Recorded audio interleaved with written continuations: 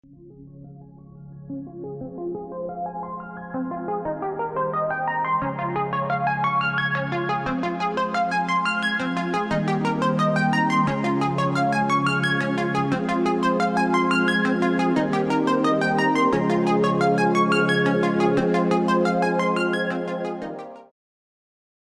back to episode 2 of In Conversation With. I'm joined today by the wonderful Sisyphus55. Welcome to the show.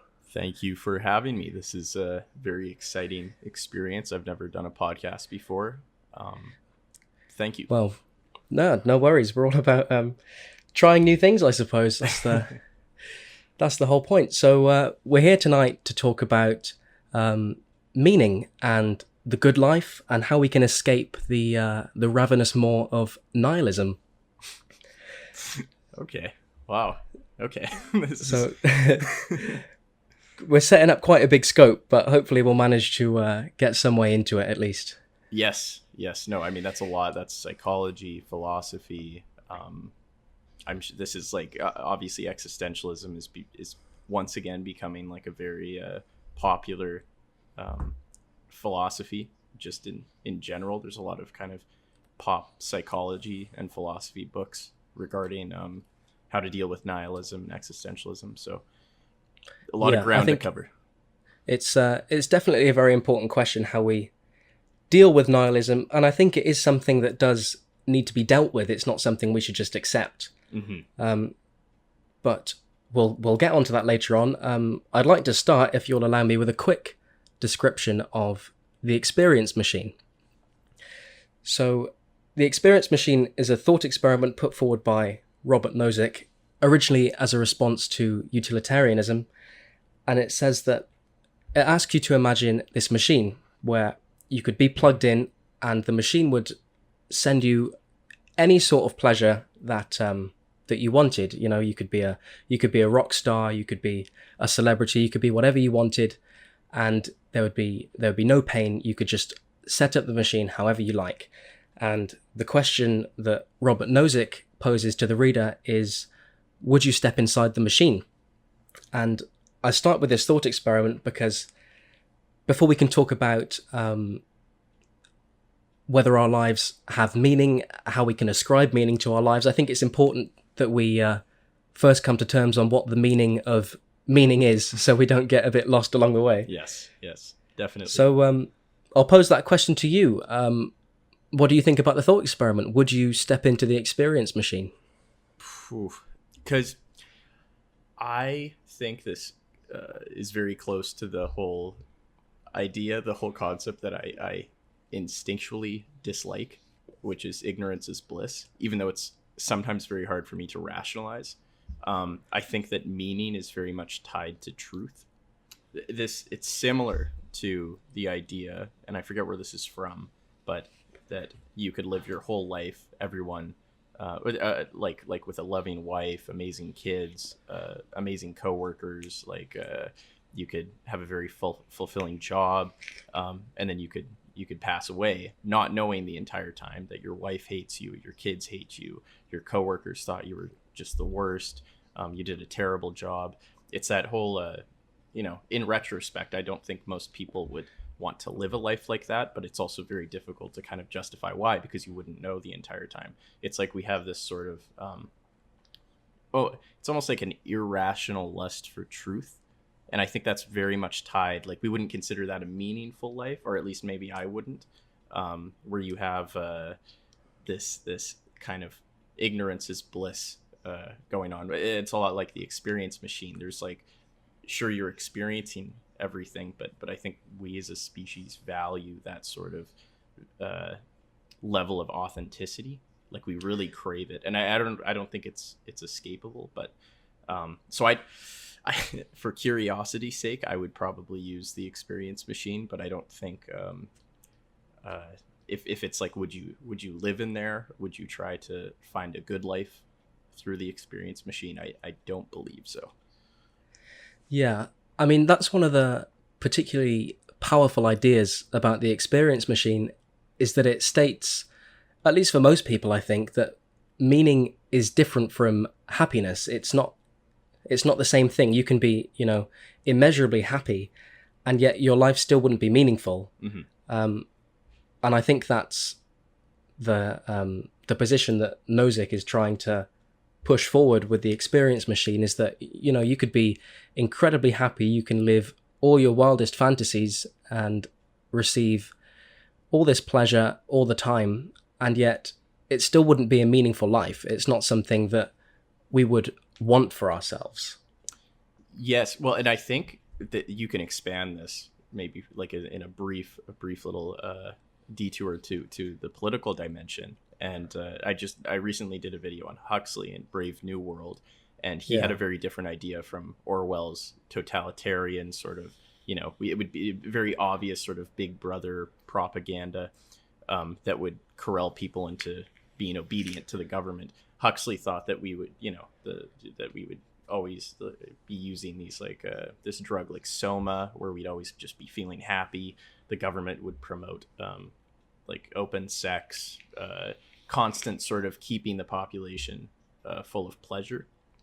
And in this way, going from the individual to the societal, you're seeing kind of the same thing. It's like, it's okay, the society, technically people are happy, but is that actually a meaningful community to grow in? Is there actually truth? Can people really engage in things, even if it might not particularly lead to a state of happiness or pleasure?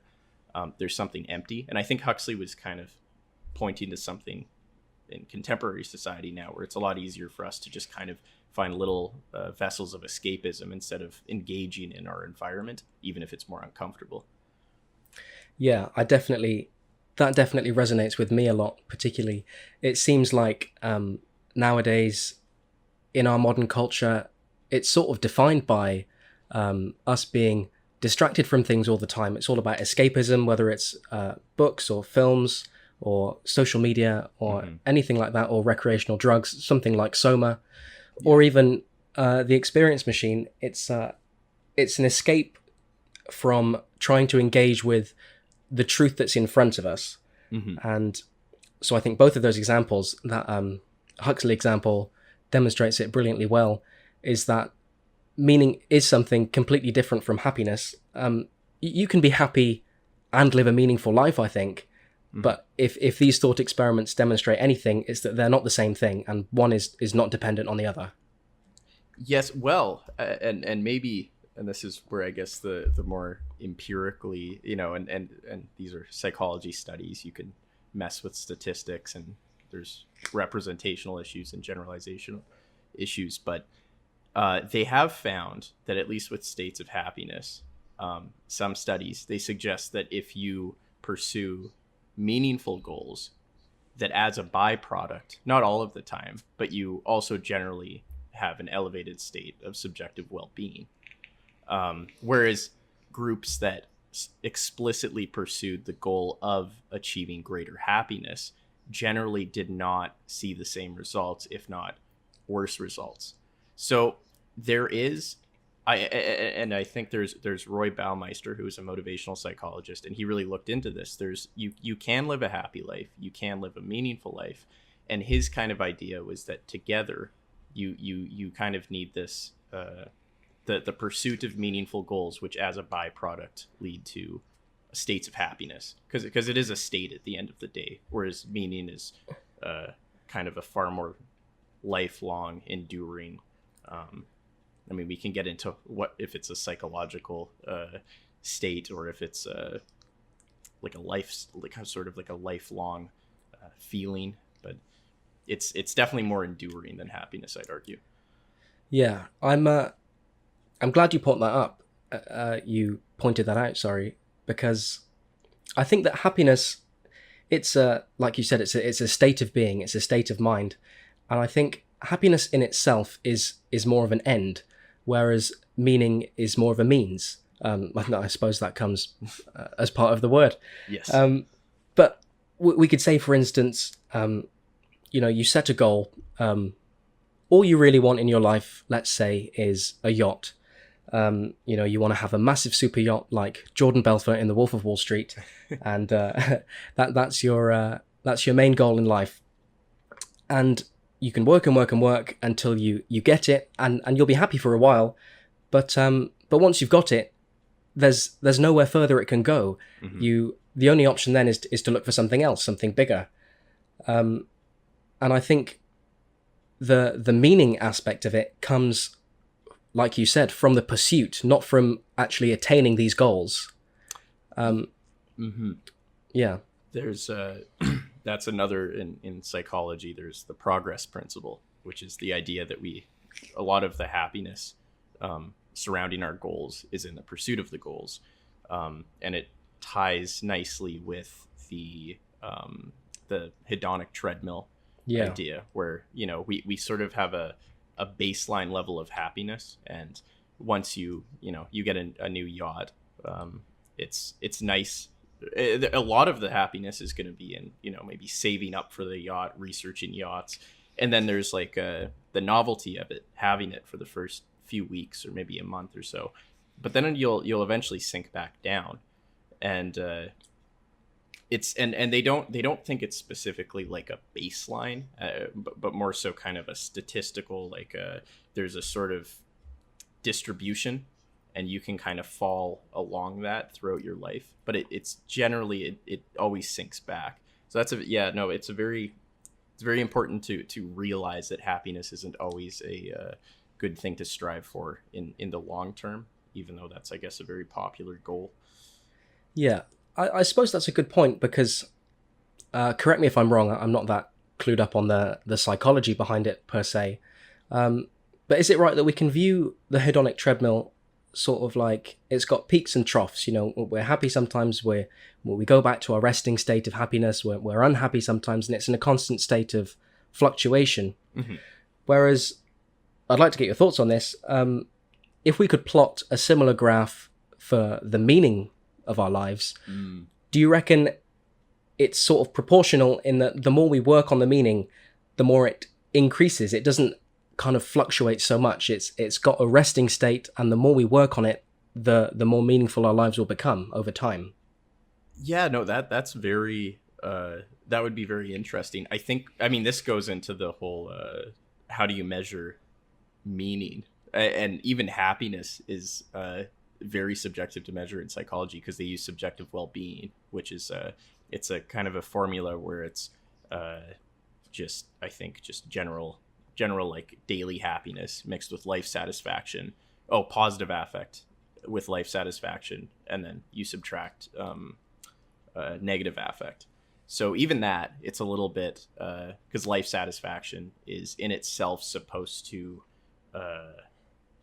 account for the more reflective sort of happiness, like enjoying a meal and then afterwards thinking back, or maybe reflecting on memories. So to measure meaning, there is the whole eudaimonia versus hedonia debate in psychology, where they don't really know how to measure something that's eudaimonic. And it would be very cool if you could track the stability of someone's meaning in their life.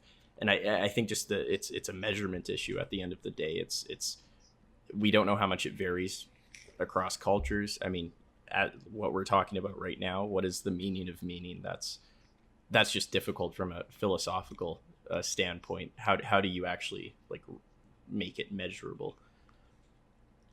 Yeah, there's definitely problems with measurement.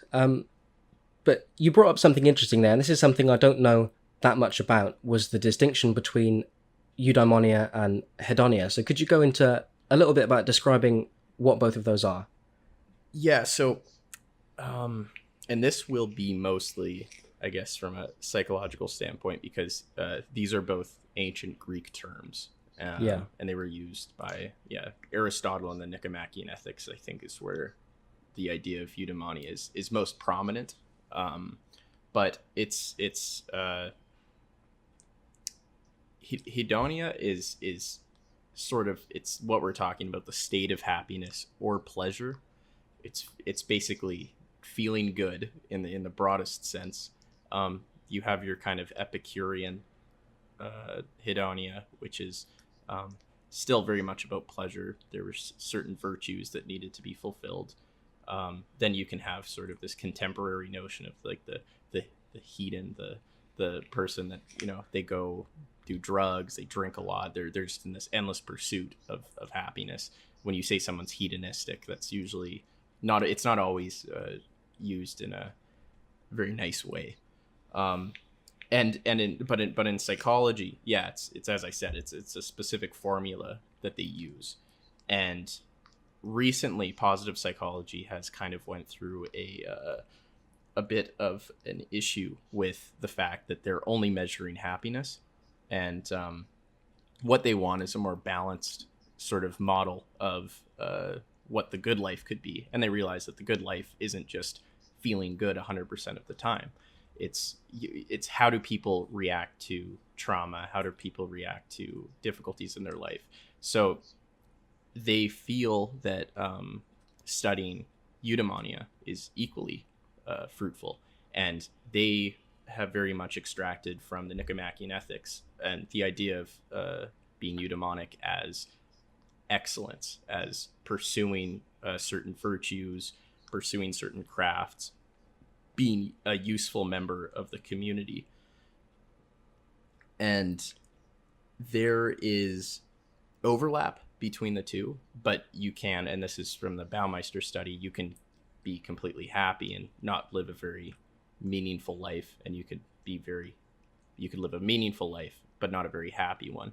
I mean, I think he uses the example of the hedonistic person that we're describing, who they could go their whole life eating candy, drinking beer, never tied down to any sort of relationship, and then you wouldn't really consider them to have a meaningful life. You're not so sure if maybe they've had a happy life, depending on the definition. They've definitely had a pleasurable life, if they have never reflected on things.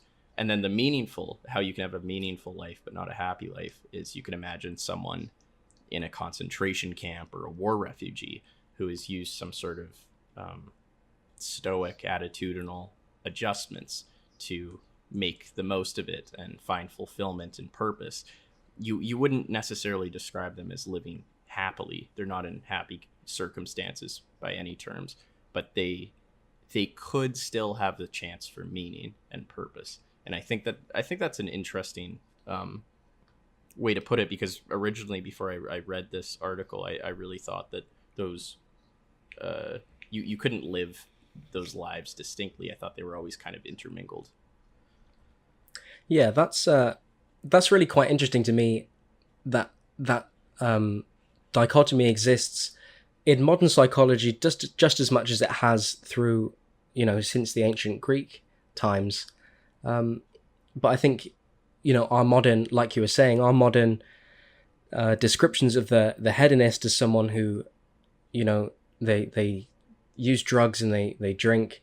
But I think that only reinforces what we've already said, that happiness is something that's fleeting. It's all well and pleasurable drinking a 6-pack of beer, but you're going to be hungover in the morning. Mm-hmm. And so that's on the one end, and then on the other end you've got the eudaimonic end.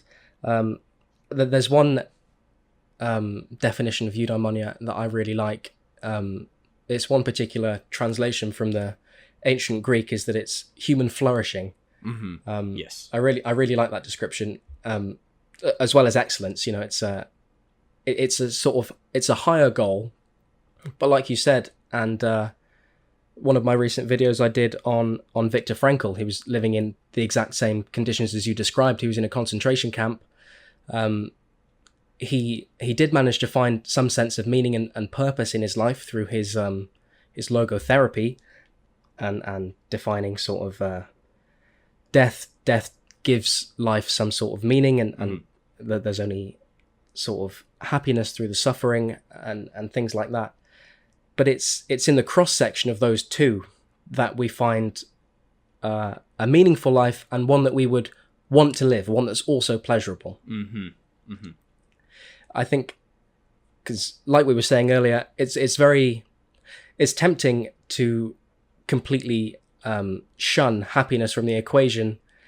You can imagine like a monk living in the mountains in Tibet or something, living a meaningful life, but they're they're only eating rice and things like that. Something like Kill Bill Vol 2 springs to mind.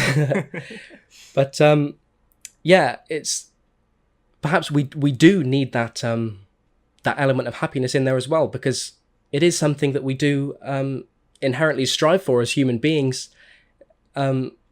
Perhaps not so much as the pursuit, but that the pursuit leads to something. I think both of those are equally important.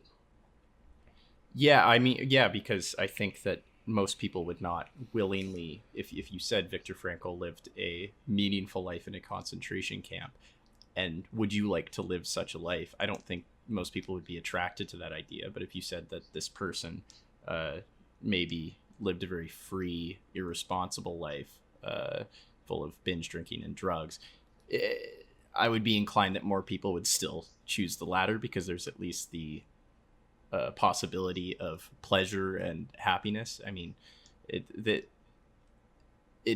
we do need it. And it's that whole idea that we should just I do like Buddhism, and this is probably a misinterpretation, but at least how it's presented in Western pop culture as this sort of numbing of or disintegration of all sort of pleasures and pains of wanting. That is, I could see that as a solution, but I don't know if it's a very welcoming solution, because it does eliminate the possibility for at least the happiness we're describing, unless maybe you reach nirvana. But but I think it's a particularly interesting aspect of Buddhism in particular. I think I'm getting this right, is that Buddha, he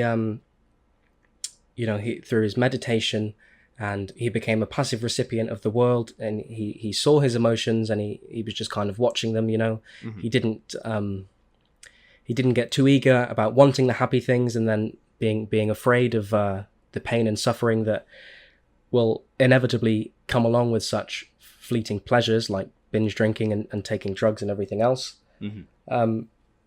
Until he nearly reached the state of nirvana, or he did reach the state of nirvana, but he said that he didn't want to commit to it until all of humanity also did simultaneously.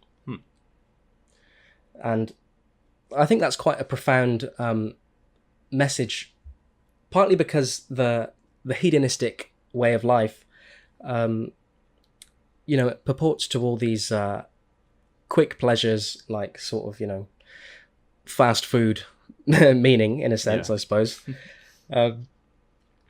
But I think what comes along with that the eudaimonic aspect sort of gets right, is that it shuns completely an engagement with, like we were saying earlier, the truth, and maybe in particular the negative aspects that come along with the human experience.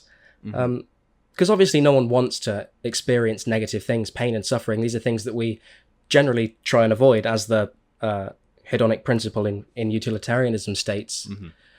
But there's a fantastic and really powerful Carl Jung quote that I'll paraphrase, and it's something like, "A tree can't grow to heaven unless its roots stretch down to hell." And that sort of encapsulated what he called the shadow. It's all the negative aspects of our, we could call it the subconscious, that we don't want to engage with, because it's not nice to engage with it. Obviously, it's not nice to realize that you're capable of really negative things and inflicting horrible pain and suffering onto yourself and the world. But this is something I think the eudaimonic side of it gets right, particularly as defined by Aristotle in the Nicomachean Ethics, as you said. It's a practice of virtue. It's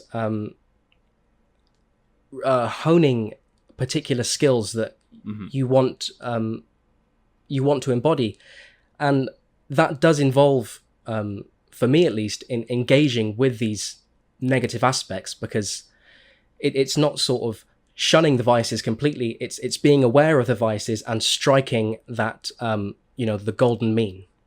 Yes. No. And yeah, exactly. That's very well put. That's and Jung was very into this sort of dialectical idea of you need these oppositional forces to collide and intermingle, and especially in the individual psychology, he was very much into the idea of turning inwards and kind of staying away from mass movement, collective movement, and really looking into what that shadow is within you, and grappling with that. And like you said, that's very uncomfortable. And I think Heidegger, it was roughly the Dasein, the sort of going away from the collective inwards to actually face your demons.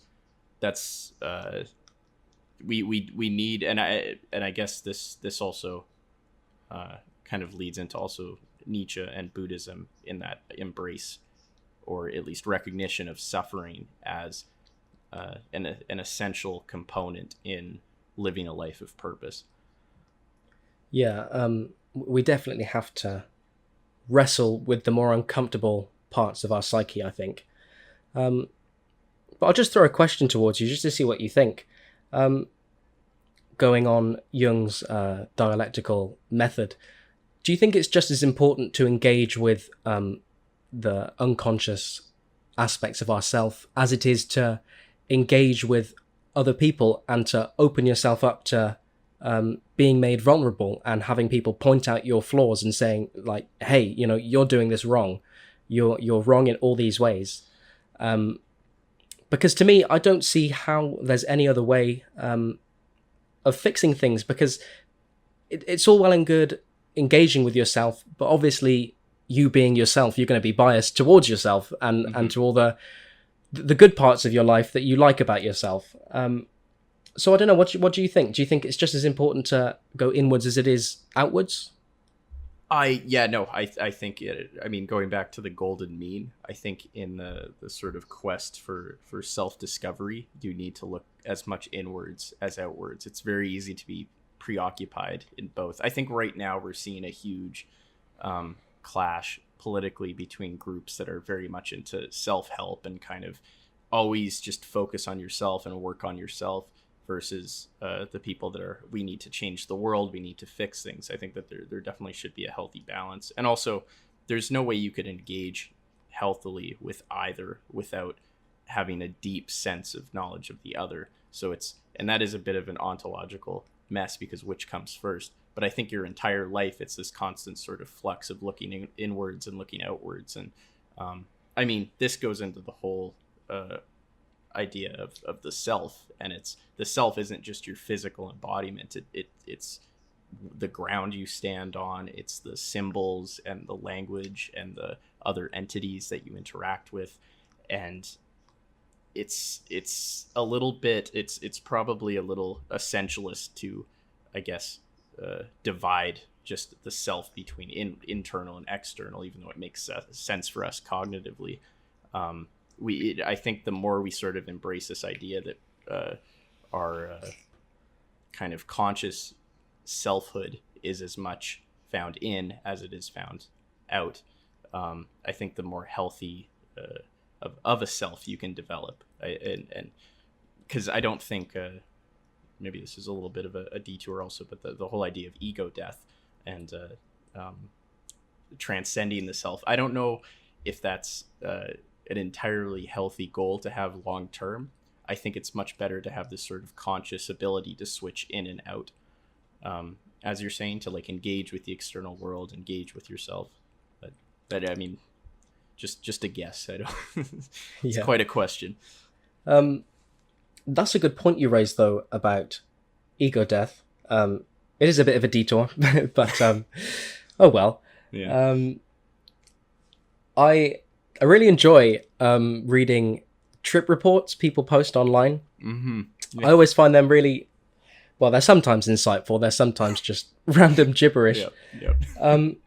But I think people that have taken, especially in the more ancient times, in the sort of tribal environments, they had the ayahuasca plant, and nowadays we've got psilocybin in the form of magic mushrooms and LSD and things like that, other hallucinogens. People often come away from those experiences with a feeling of oneness with the universe and with their fellow man, shall we say. And I think that's quite an important realization, because if you're one with everything else, then that means that fundamentally, at the most basic level, you are part of a network. It's almost like a fungus with all these little tendrils that reach into everywhere else, and it's all sort of part of each other. And knowing that, even though your sense of self might have been eradicated, that you're part of a network and you depend on everyone else just as much as everyone else depends on you. I personally think that that's quite conducive to meaning, because knowing that your actions and how you conduct yourself in the world have an impact on people, and you know that if you're acting negatively and bringing about more suffering with your actions than goodness and happiness, then that radiates out onto other people, and it'll certainly come back to you as well. So I don't know if that sort of ego death experience. Yeah, sorry. Oh no, that's a very what were you just about to say? That was yeah, I don't know if that ego death experience lends itself more towards people thinking, I'm connected with everyone else. I've got to do something good. I've got to make the world a better place. Otherwise, it's going to be just as bad for me, and more so for other people. That's a very good point, and I haven't really thought of that, because I am aware that it gives people great insights, although there's a certain demographic of the people that would take these drugs where I think it's and you encounter them where it's more for like entertainment purposes, and so you kind of get left with this sort of foggy, you don't know if these are useful, like wow, how is this one person having these very useful sort of insights and this other person is just having like a good time, like taking it more recreationally.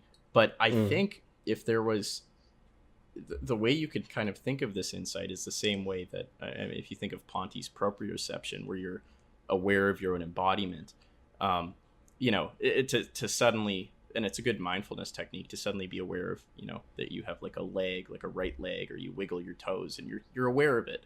And then you go throughout your day and you're not really aware of it, but it's there and you can kind of rely on it. And at any time you can switch into it. I think in the same way, the people that maybe experience these sort of ego death, crazy trips, they have sort of like an almost ontological proprioception where they see themselves suddenly as part of something much larger, and they can afterwards, they're not constantly in that state, because also what that something larger is, what it's functioning as, it can't function if the components within it are constantly aware of them functioning outside. They need to have some sort of selfhood.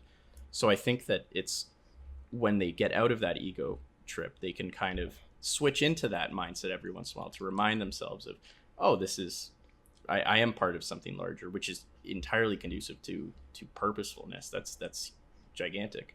But I think that, yeah, you're making me reconsider sort of the utility of ego death, at least in small doses. But I would not, of course, I wouldn't suggest that as a lifestyle of being entirely rid of ego. I don't. It's hard for me to imagine what that would look like. Maybe Stoic sages or Buddhist monks probably would have an answer. But...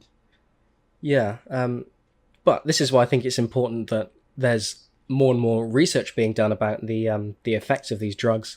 And I'm not at all suggesting that you go off and trip on shrooms after this after this conversation, but just to sort of bring it back round to the next talking point, this is a nice little segue. I've been reading recently, and it's quite fascinating, about so-called theogenics, people using hallucinogens to bring about theological and divine experiences.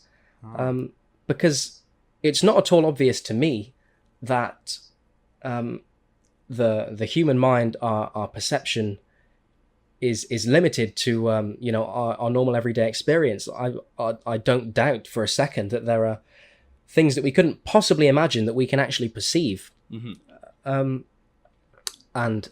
I suppose that's a little segue into our next section of traditional views, at least in the West, of how we can find meaning in our lives, and one of those is through God and religion.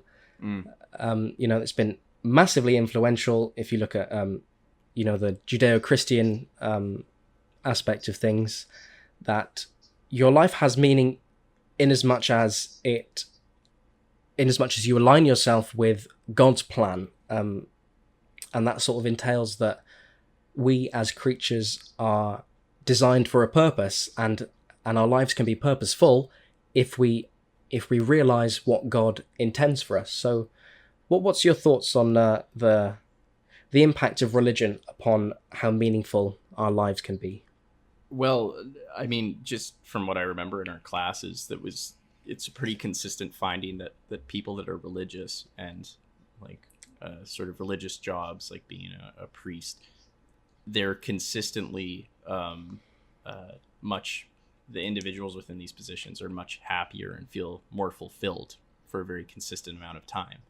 And that makes sense. So yeah, right, that right there, it's if you believe that you belong to a very defined sort of role in the universe,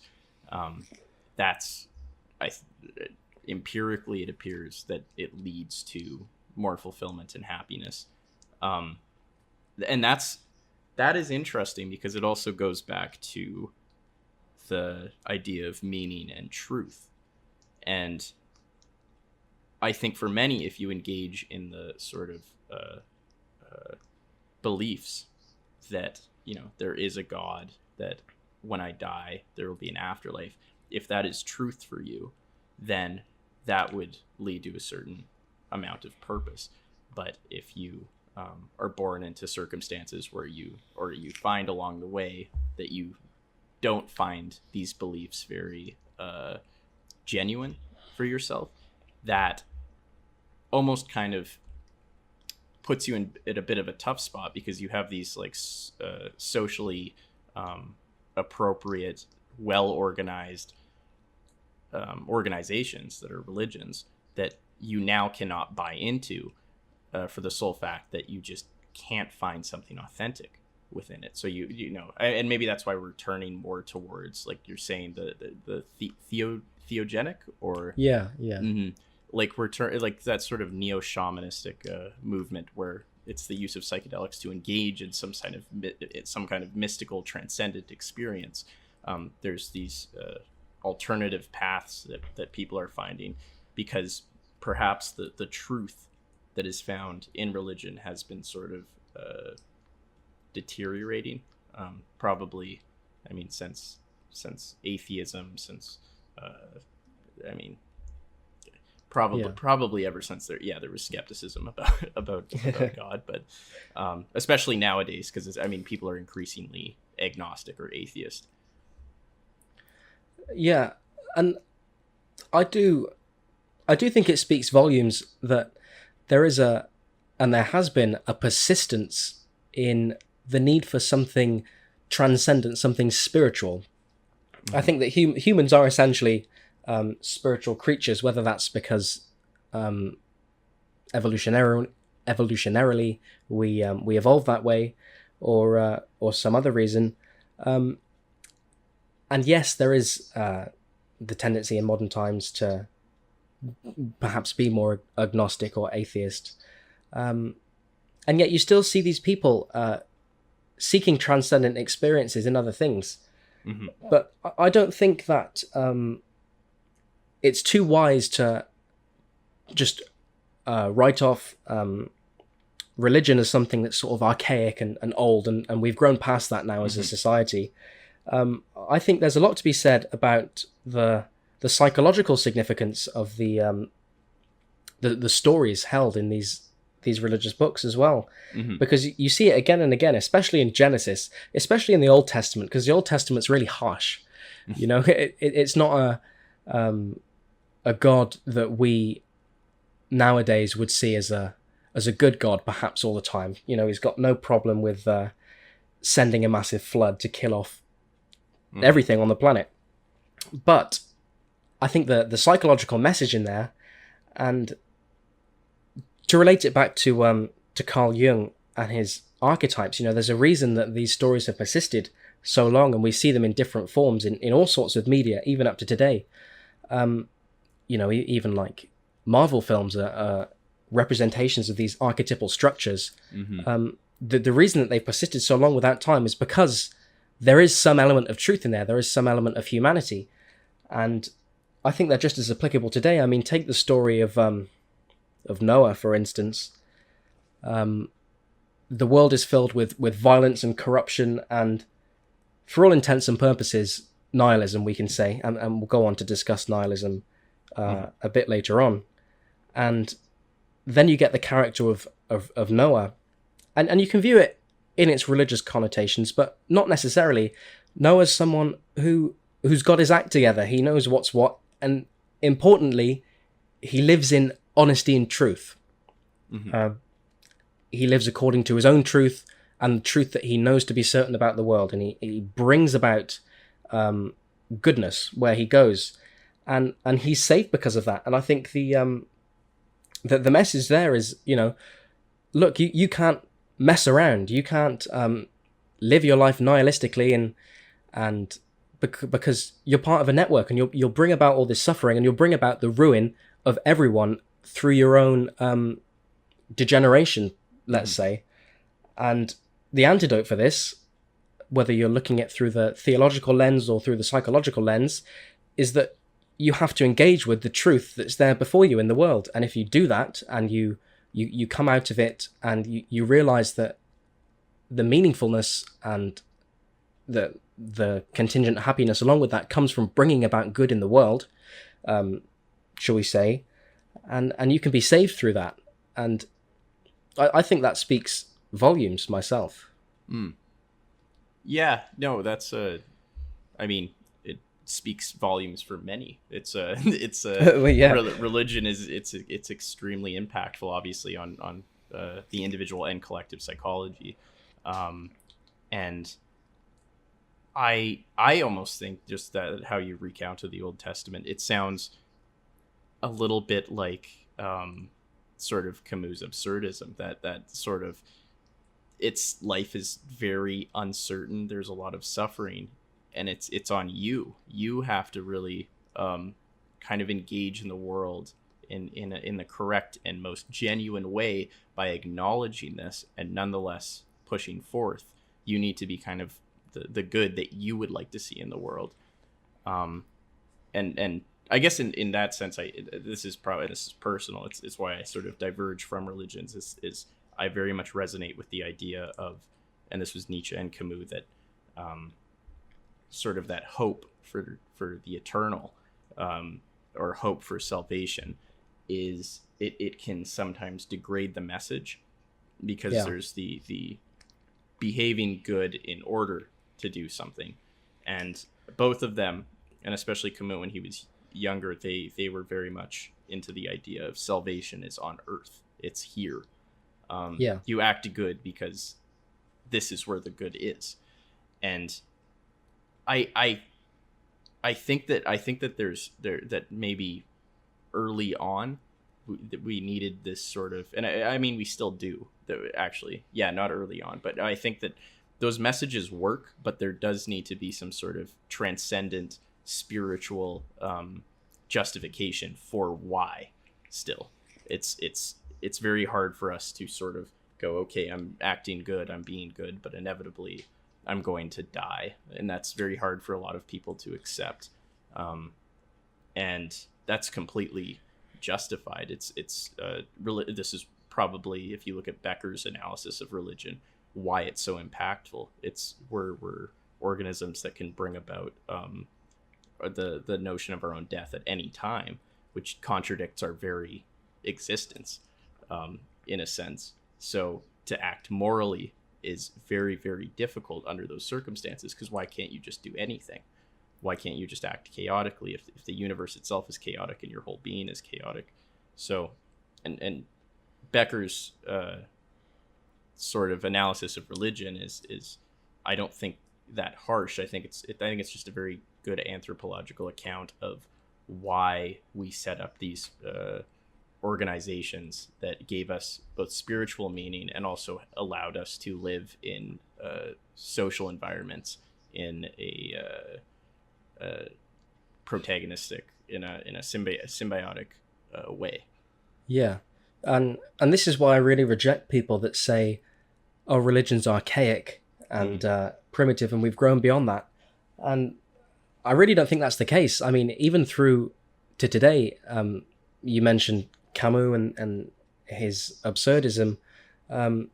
There is chaos. It exists, and it does take the more depressing approach that salvation is on earth. You know, he points the finger. He says, "It's up to you."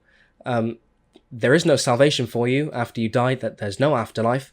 It's up to you right now, and that brings back the echo that's been going through all of this, that it is uncomfortable to engage with these things.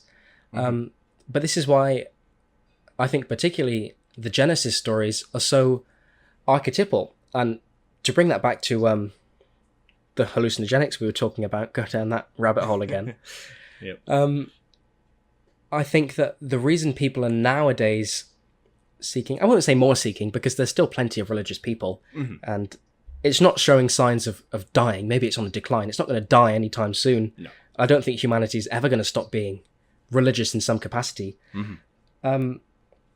But yeah, people nowadays are looking for these sort of divine, transcendent truths in hallucinogenics. But I think that just lends credence to Carl Jung's theory that, you know, these really are archetypal stories. These are the archetypes of humanity. And if taking these hallucinogenic drugs kind of broadens and expands your perception so that you can see into the subconscious, I'm massively reaching here with my Oh no, it's interesting. Yeah. But if these drugs allow us to sort of reach into our unconscious and see what's there, if they truly are archetypes, then they're going to reveal the same truths to us as has been the case for generations. I mean, there's been flood myths going back before Genesis.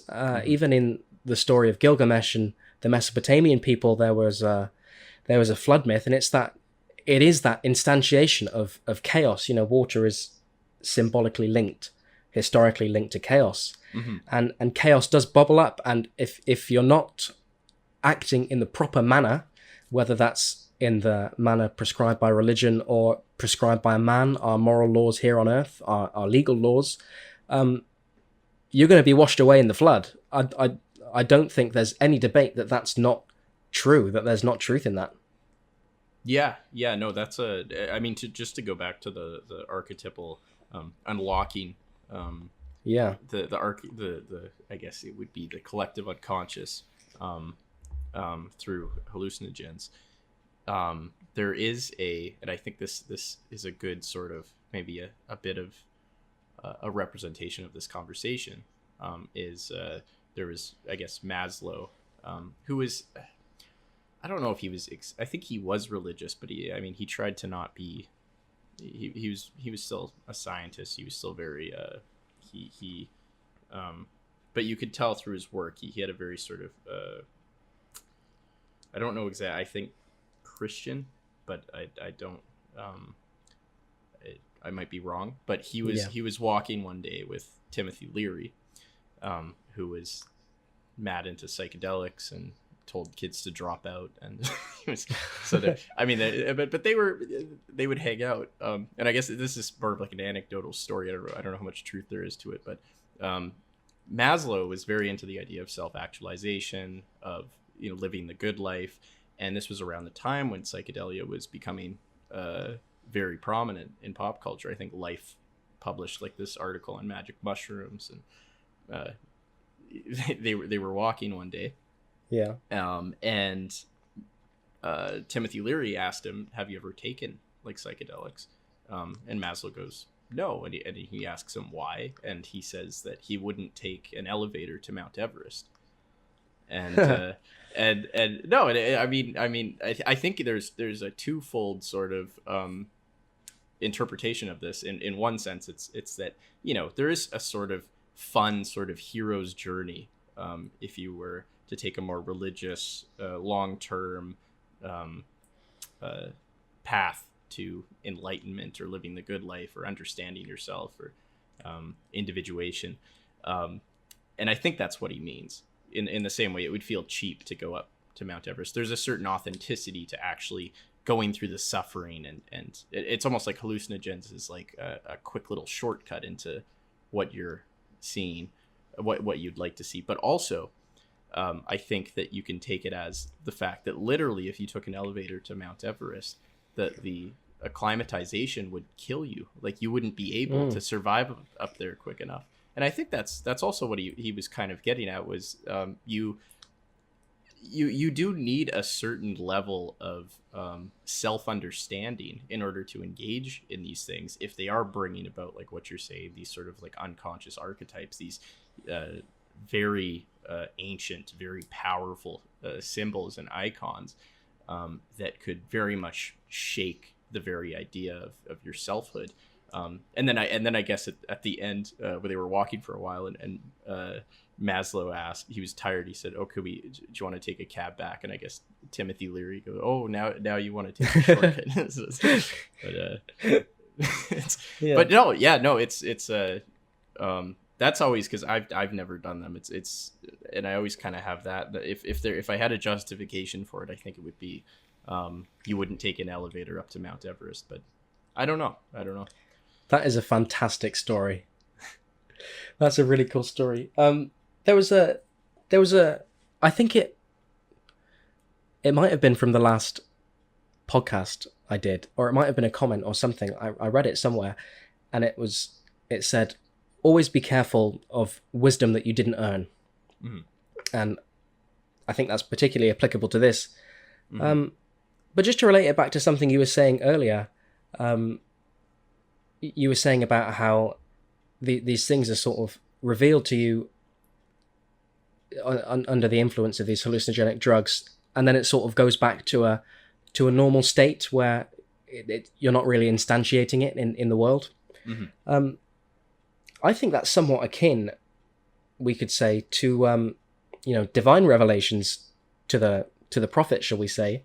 Mm-hmm. Through all the religious texts, God reveals an important piece of knowledge, some divine scripture, and then humanity has to work to live towards that, to live according to that, the plan, what's revealed to us. And so I wonder if, yes, we should always be cautious about things that just appeared into our heads that we didn't work towards, like taking an elevator to the top of Everest. But if we have this sort of, let's call it a divine revelation for all intents and purposes, under the influence of these hallucinogenic drugs, mm-hmm. Even if we don't sort of instantiate that in the world right away, maybe it still has some utility in that, it was revealed to us, this obviously has some truth, I'm going to try and make this happen, I'm going to try and change myself and be the change I want to see in the world. And I mean, the recent studies in Johns Hopkins has shown that, especially I think it's cancer survivors with anxiety, and I don't know if it's the same study, but people with substance abuse problems, when they're given psilocybin and LSD, they do have these incredible insights that are very useful to them, that they would have never, they believe they would never have come about on their own, or it would have taken an insanely long amount of time. And when you're struggling with these mental health issues, you don't have a lot of time to spare. So in this sense, I'm very intrigued by the revelatory properties of psychedelics, especially used in like clinical work. It's it looks, especially in combination with therapy, I think it appears to be extremely successful. I definitely agree with you that they should do more research. And as you're saying, also just on a more wanting to improve yourself and maybe wanting to gain more self-insight. I think that's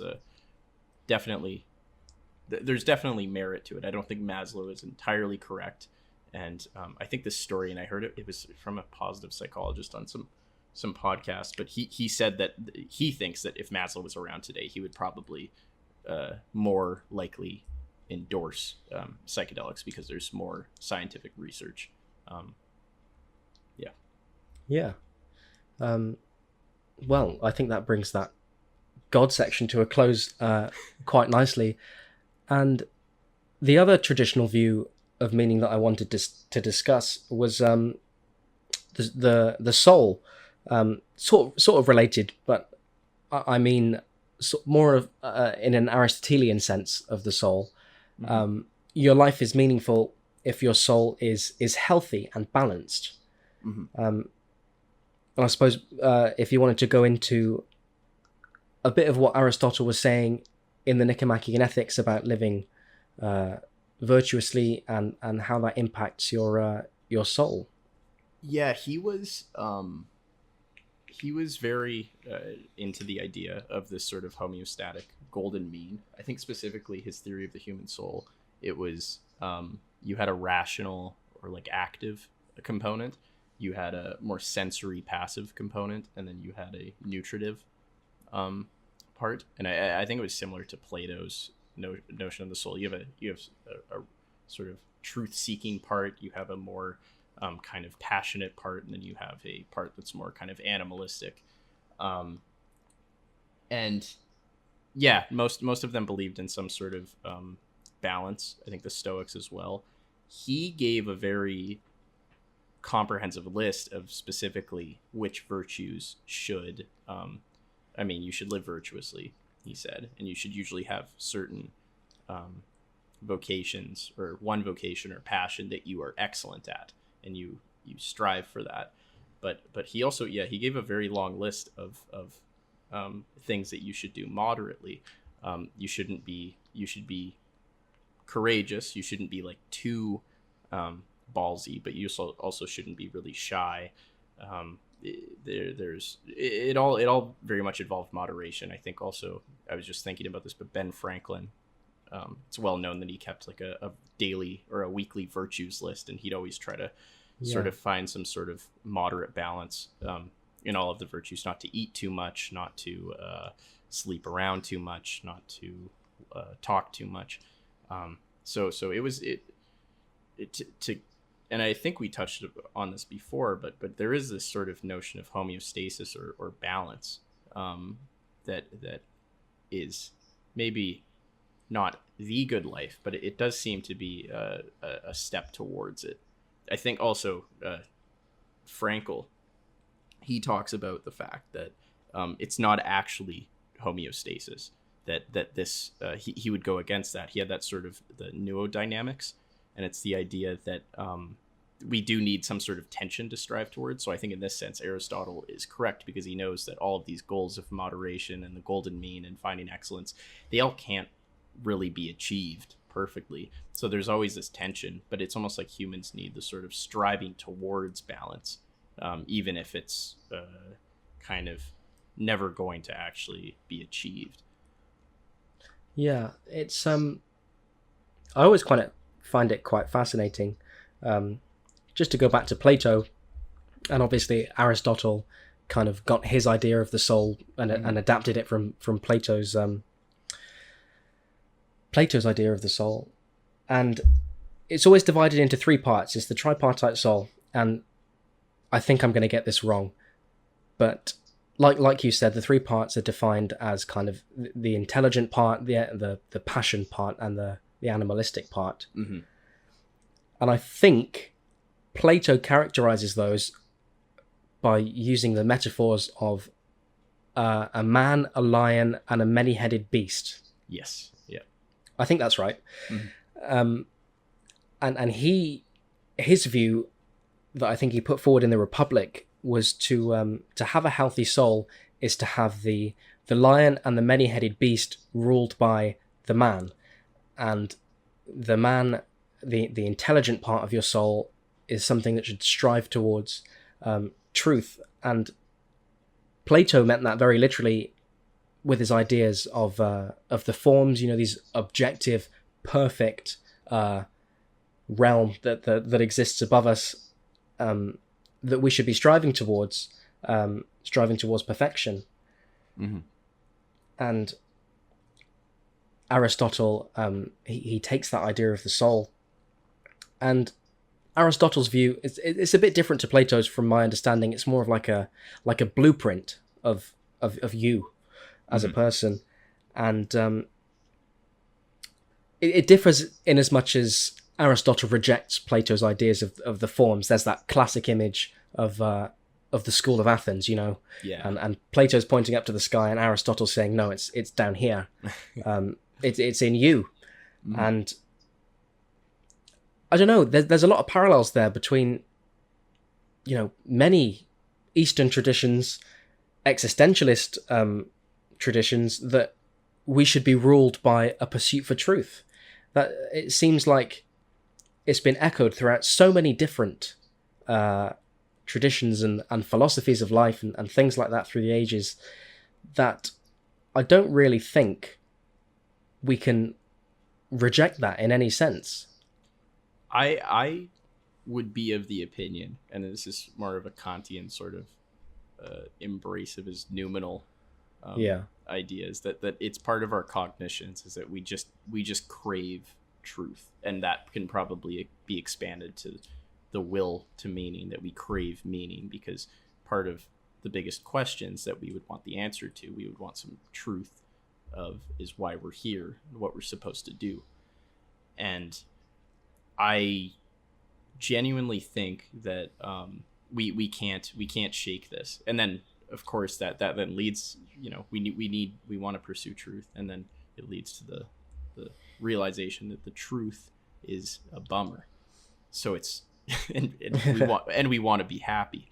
So it's a very difficult juggling act that I think is like I mean, Plato and Aristotle, they both were very serious, and they wanted the truth. The Stoics, and they too, they were very hard deterministic, and they thought that there was a sort of universal rationality.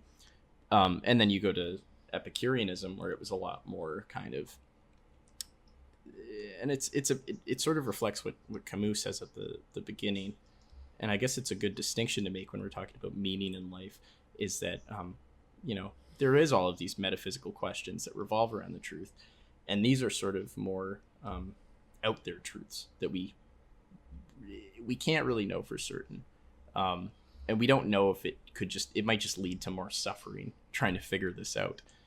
And then there's sort of these pragmatic truths, these practical truths. And those are, how do I live a good life? How do I live a life of meaning? And so you're lowering the bar a little bit, because you're not trying to solve the mysteries of the universe and why are we here. The psychologist Haidt, in the happiness hypothesis, he kind of breaks down in this chapter called The Meaning of Life. He brings out all the different types of meaning. There's definitional. There's the one, for if you're trying to define a word. There's the symbolic or substitutional, and we've been kind of talking about Jungian archetypes and maybe like dream analysis. Why was there what does this train mean? So that can be another type of meaning. And then there is a plea to make sense of things, and that's more so what we've been talking about. And the plea to make sense of things is very much wrapped in this essential desire for truth. And then he says that there's two kind of subcategories for this need to make sense of things. There's the need to make sense of our purpose, or our need to make sense of the purpose of life in general. Why are we here? What are we doing here? Is there a God? But then also, what is the purpose within life? How do I live a life of purpose? And it becomes a little bit more normative. And there is certain, I mean, religion, they put the two are together. There's metaphysical truths that can lead to normative statements about how to live one's life. If you are more succumbing to nihilism, it's more so, how this is all I kind of have to work with. What do I do? And I think that's a very important distinction to make, because it could be a potential conflation of two questions that are very distinct. Yeah, I think you put that brilliantly well. Yeah, so that sort of wraps up our discussion of our traditional views of meaning. I suppose then we should move on to it's sort of been bubbling up, we can't really escape it, the nihilism aspect of it. So let's begin our discussion of nihilism in earnest. So what do you think sort of constitutes the definition of nihilism? This is difficult. It's because I think classically it's like the belief that there is no inherent value in the universe. Yeah. And then that is, you can argue that that's a value statement. So it's very hard to actually be a nihilist. And I'm used to seeing so many YouTube comments now where like I think I just, for a thumbnail, and it wasn't like the smartest thumbnail, but I wrote like can art cure nihilism? And there were so many people that they self-identified as nihilists, and they said, why would you ever cure nihilism? And I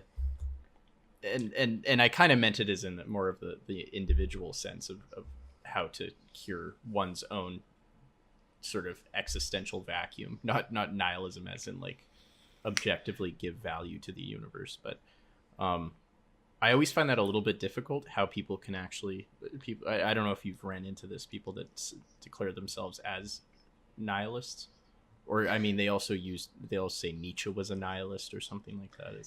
Yeah, it's a weird thing to simultaneously say that, oh, nothing in the universe has any meaning, human lives don't have any meaning, we're not here for any reason, and yet they still must describe some level of truth to those absolute statements. Mm-hmm. You know, just as they say, only a Sith deals in absolutes. That's true. Yeah. But yeah, it seems a funny position to me, because I go on like the nihilism subreddit occasionally, and you get people posting questions, like genuinely curious people, like, oh, why don't you just go around murdering and raping and thieving from people? And they get really upset. And I'm sure there's going to be self-professed nihilists in the comments saying that our definition of nihilism is incorrect. But they get really upset. They're like, well, why would we do those things? You know, we don't want to do those things. And I think one of the funniest, at least to me, depictions of nihilism in the media has been in The Big Lebowski. Right.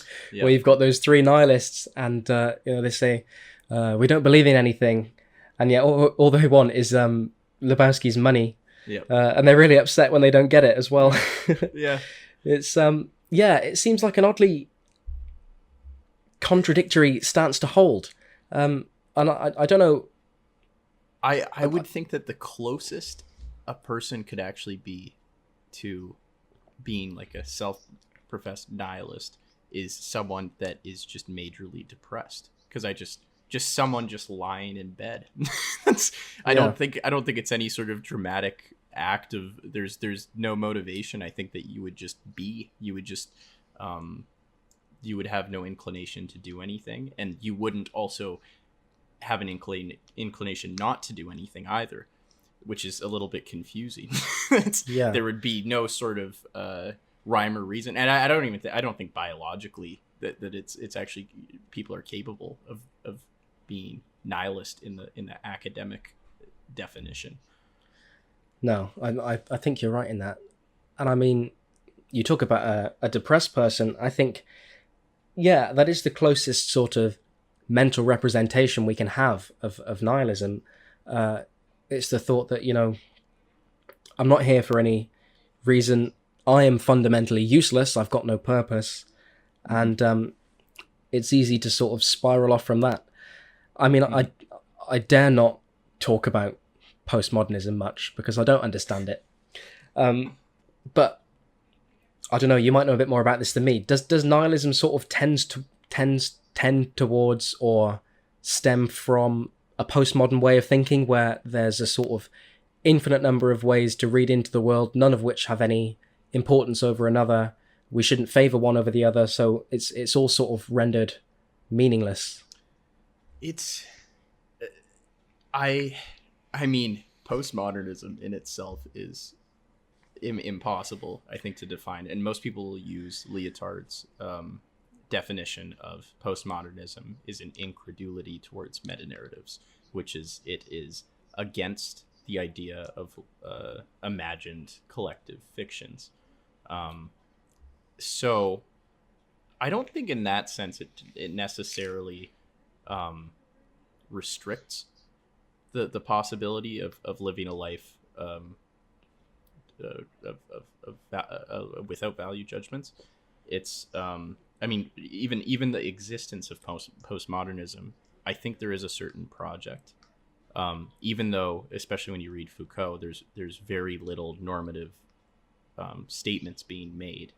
His entire project that you can kind of piece together from interviews is he believes that we should be.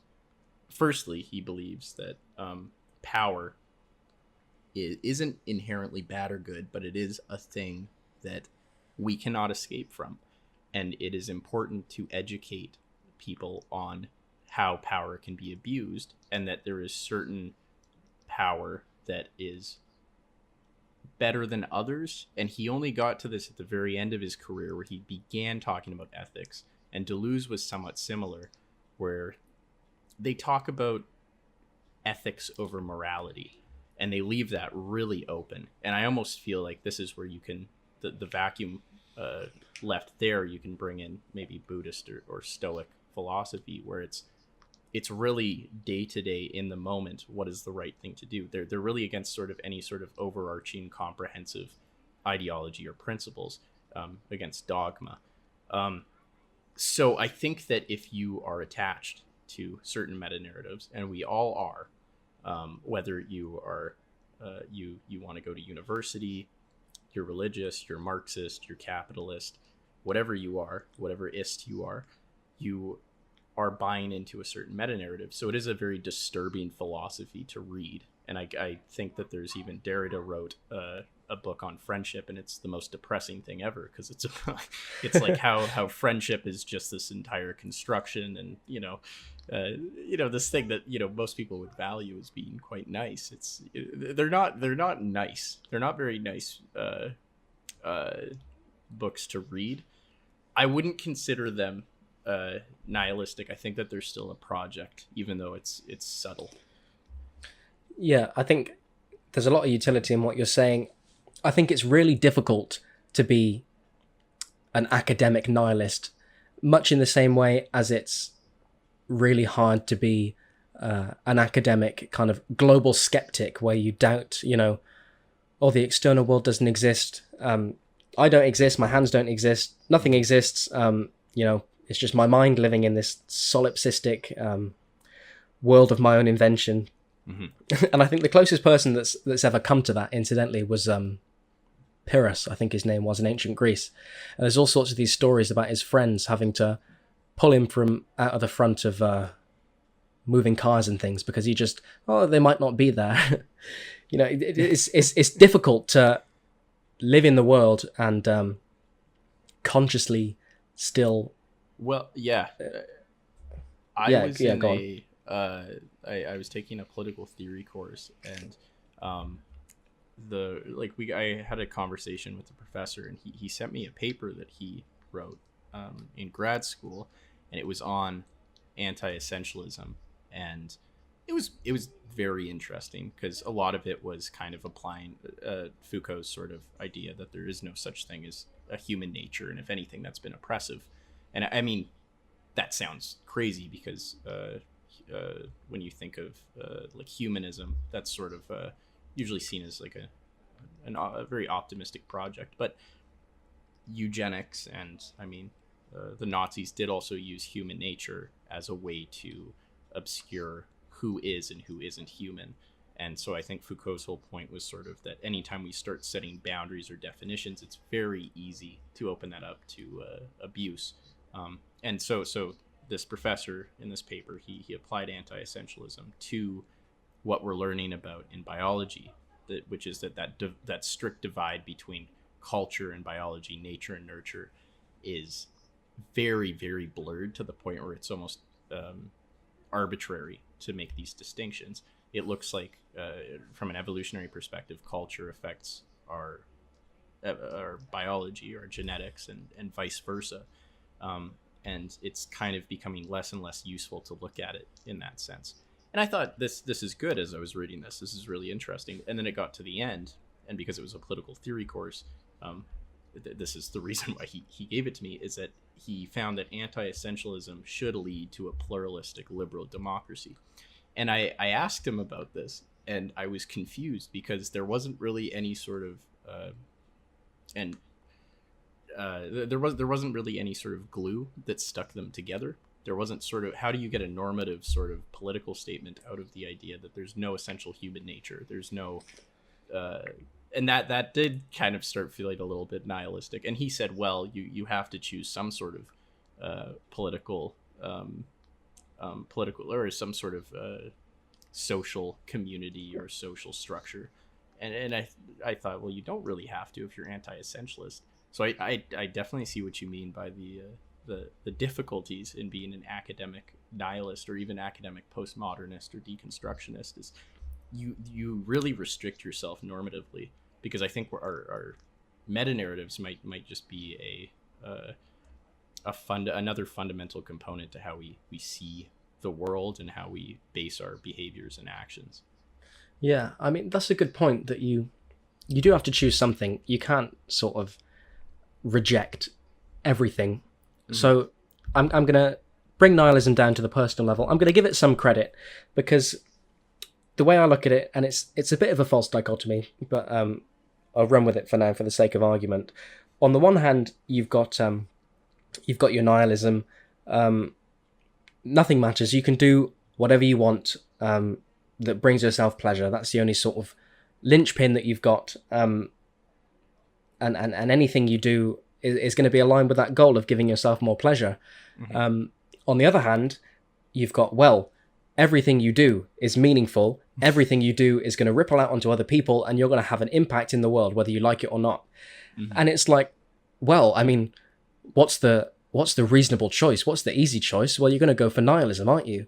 It's an easy thing to fall into, because we don't like, I think, to take responsibility for our actions in that way that it affects other people and the world around us at large. Ooh, yeah, no, and this is a very I was obsessed with this because I like Nietzsche and Nietzsche's whole idea that really quickly the whole eternal recurrence of if you're sleeping in bed one night and this demon came to your bed and he said, you're going to live every single moment that you've already lived over again. And you kind of have to make the choice of whether or not you'd like to do that. And Nietzsche's whole kind of purpose of this exercise was for you to really evaluate how much weight each moment would have in your life if you had to experience it throughout eternity, every single action, every good thing, every bad thing. And his whole idea was that life should be lived heavily. It should have weight to it. And then Milan Kundera wrote The Unbearable Lightness of Being, which was sort of a literary, maybe not a challenge, but a bit of a critique of this, because a lot of the novel focuses on characters who live, and I think in the novel it's presented as if the reality in the book is one in which you live your life once. And so a lot of the characters live their life in a very fleeting sort of sense, and you have some characters that live their life in that Nietzschean sort of heavy sense. And in the end, he kind of concludes that the life is overall kind of very light. It's unbearably light. There's a lot of things that just, there's no meaning to them. You can love someone, they could just get hit by a bus the next day. A pandemic can just happen. There's lots of just random things that can just happen. We seem very fragile in the expanse of the universe. We don't really mean anything. But there are a few things in life that are heavy and are worth it. And I believe that was his message, was that, Nietzsche, it was a bit of an exaggeration of take responsibility for absolutely every single moment in your life. But also don't live so light that you just become nothingness. It's not, it just doesn't seem psychologically sound. It doesn't seem to really play out well beyond a few fleeting moments of pleasure. So you need a little bit of a balance. You need to, a lot of life is picking the right components that you find are worth the wait. Yeah, that's put brilliantly well. And I think there's a lot of utility in the metaphor, in the description that he uses of heaviness and lightness. I mean, you can see it today, even in the kind of idioms and phrases that we have. You've got people with their head in the clouds. They're sort of, light like a balloon. They just sort of float away, and they're not really tethered by anything. And then you've got people on the other hand who've got their feet on the ground. They're firmly planted, aligned with this sort of heavy aspect. And it's not an easy thing. If we go to the extreme, taking utmost responsibility for all of your actions and how they ripple out into the world around you, to the other people that you interact with, it's a difficult burden to bear, and some people can say with perfect validity, well, I can't bear it. And it's and for those people, they get they get really lost in the woods, and they get to the bottom of this abyss, and it's hell for all intents and purposes. And when you get there, it's not easy that you can escape. But I think the solution really is, to bring it back to one of the ideas we were talking about right at the beginning, the meaning and the purposefulness of your life comes from the pursuit of goals, just as much as or more than it does attaining those goals, because attaining those goals gives you happiness, but it's it's walking up Everest instead of taking the elevator. Mm-hmm. It's the getting there. It's the journey that counts. Mm-hmm. And I completely forgot where I was going with that sentence. No, that was a very good link to the Everest metaphor. No, that was it. So I think that the antidote, or one of the antidotes, is to enact that and to say, look, all of my actions have utmost meaning, and the way you can kind of find your way out of the forest and climb out of the abyss is to set the highest goal that you possibly can, and even getting some way up to that goal, even if we never reach it during our lifetime, that's got to have some sort of meaning ascribed to it, almost necessarily. Mm-hmm. Yeah. No, that's. I was in a research lab last year, and what I had to do was they basically had asked a bunch of participants, university students, to write what they think the good life is. And I had to do something with this data because they didn't really have a sense of what to do with it. And I thought, okay, well, goals, at least when you look in like what you're talking about right now, goals and the pursuit of goals is very much intermingled with the idea of the good life. So I thought, do people that pursue goals that are in line with their idea of the good life, do they actually feel like they're living the good life? And also, are these goals, is there something kind of special about them? And it was amazing, because even people, when you ask them, like when they were like depressed or anxious, or they just weren't living that well, they weren't pursuing their goals, you ask them about the good life, and they had goals that were in line with it. If they pursued them, by the end of the year, they were incredibly happy, and the goals had greater goal progress. They felt more autonomously motivated to pursue them. So what I kind of extrapolated from that was this idea that people do actually kind of know what they want. They do know these goals. Because I think one of the issues with what you said, and a lot of people would point towards, is, are we actually aware of what these big goals are? There's a lot of uncertainty. There's the anxiety, is the dizziness of freedom, Kierkegaard. who he loved writing about this. We have this awful amount of choice, and people do seem to know, even when they're not feeling that well, they do seem to know which goals they could pursue that lead to the good life and would actually make them happier. And I found that very motivational, because I think it cleared up a little bit of uncertainty over what I want to do. And it also, there was certain literature beforehand that stated that people don't know what they want, and this is taken up to the extreme of career goals. And I mean, you do hear individuals that go to medical school or law, and they, it turns out they want to be an artist, or vice versa. And the big thing clearing it up was why do these people then, if they, from our argument that they do know what they want, why do they still pursue these?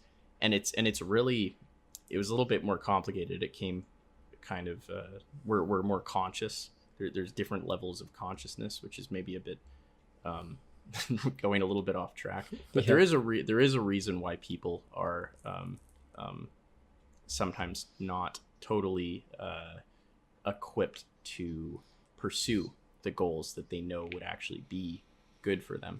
But the message is that the people usually know what they want, what would lead to fulfillment or happiness, or their idea of the good life. The only thing I would say about that is, I think, at least in my conception of it, I might be wrong. I suppose they can sometimes be aligned, but is what someone wants and what's going to be good for them always the same thing? I think it's easier to know what we want than to know what's going to be good for us. Well, maybe it's impossible to know what's good for us. And I'm sure there are some cases where what we want actually aligns with what's good for us. And I would say that is more conducive towards a meaningful life. Yeah, that's a good point to bring up. That is how we kind of distinguished. So I had the good life statements. I read through all of them, and then they had like 3 personal goals, and I had to kind of see, okay, are these statements, or are these goals capturing what are in these statements? And the good life can be seen as kind of like what people want generally. The goals can be seen as kind of more so what they think is good for them. And sometimes there was huge misalignment. How we kind of read it was when there were goals that did match up with the good life, they were kind of considered, they're called, like, they could be like growth potentials. And Ken Sheldon, he wrote self-concordance theory, which is the idea that we sort of have these layouts of values that are acted out, and that helps us with goal selection and becoming who we are. And these are kind of a combination of goals that are good for us and what we would want. And that is defined through autonomous motivation, where they've done different experiments where even afterwards, because you can trick people into wanting to do something. Afterwards, you can ask them, are you autonomously, did you feel like this was something that you would volitionally agree with? And they could still say yes, they could say no. That is kind of a benchmark way to see if people actually are doing what they want. And it's also the kind of to see what's good for them is more so when we were just measuring their happiness. So you need this sort of combination of autonomy and subjective well-being. And of course, it's a study. It's I'm super generalizing, and this is but it was something that I found interesting, was that you're right, if you find this golden mean of what you truly want to do and what's actually good for you, then you're settled. But it's not always easy knowing what's good for you. But at least in the confines of the study, what people generally want in the long term appears to be what's good for them also. Well, I was just sort of hit with this idea whilst you were saying that, just to bring this conversation full circle, before I suppose we should think about wrapping up. Mm-hmm. I suppose a discussion of what we want and what's good for us maps on sort of well to the hedonia and eudaimonia distinction. And I suppose the pursuit and the meaning of life comes from, as with hedonia and eudaimonia, a cross-section between those two, and an alignment between what we want and what's going to be good for us, taking into account all of these objective and subjective well-being metrics that we can use to measure it. Obviously, it's difficult, maybe even impossible to measure it completely. But I think we have a good idea intuitively of whether we're on the right track or not. Yes. Yeah. So yeah. Oh, go ahead. No, carry on.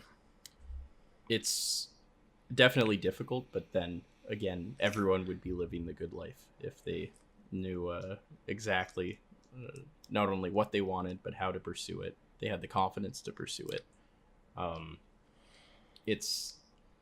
I think that this really leads into this very important homeostasis that you're kind of discussing, this golden mean between sort of happiness and meaning.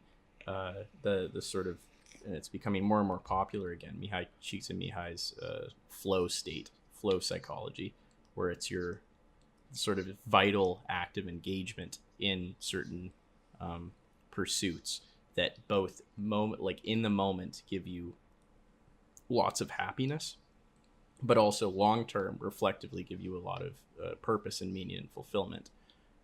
He originally studied why people were waking up at 3 a.m. to go and surf in this really stormy, cold water, I think, in like New Brunswick. And a lot of them were describing it's like, it's just such a good feeling.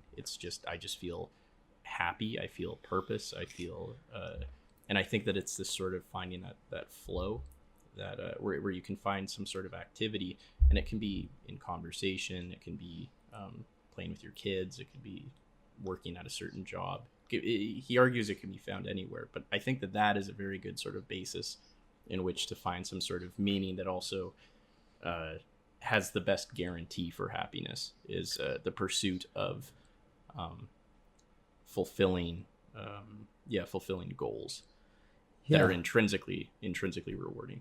Yeah.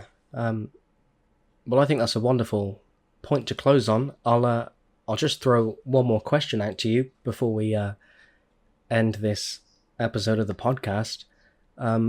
What's your idea of the good life? Yeah, I mean, I would definitely. A part of me thinks that it's something that isn't found. I think it's the good life isn't. It's intensely personal, and it's a journey that is created throughout the entirety of one's life. So to wrap it up in a paragraph is difficult, but I do think that it's this sort of idea of yin and yang, this idea of order and chaos, of kind of constantly pulling towards or against the tension of the two, of seeing, I mean, as we were talking about lightness and weight, seeing the lightness in heavy things and seeing the heaviness in light things, and also I mean, pursuing goals that you find fulfilling in the long term, and then also fulfilling at the very moment that they're happening. And that's just as abstractly, I mean, there's of course personal ideas of the good life, but and I'm still figuring that out, I guess. I'm curious what sort of answer you might have. Yeah, sort of along the same lines as you. It's what's going to be the good life for you is going to be something personal, something that you find meaningful that perhaps no one else does. It could be, surfing at 3 a.m. or doing your job with a smile, or something like that, or your family, or your hobbies, anything like that. But I think if there's one thing we've learned from this conversation, I know I've learned many things. It's that, it's the heaviness and the lightness, yin and yang, chaos and order, the golden mean. These all seem to be things that are echoed throughout time, and I think they're timeless. And my personal conception of the good life is something that can approximate that as close as possible. I think, not to go over the time, but really quickly, maybe in more practical terms, that I was suffering magnificently from burnout last year. And I was thinking about Aristotle's sort of golden mean, and I had a calendar, and every day I would, there's a little box for each day, for each date, and I would always try to put the line in the middle. And what that means is that I would draw a line closer to the top of the box if I had a day that was super productive. The more productive it was, the higher I drew the line. If I was cleaning, I was working a lot, I didn't really talk to anybody.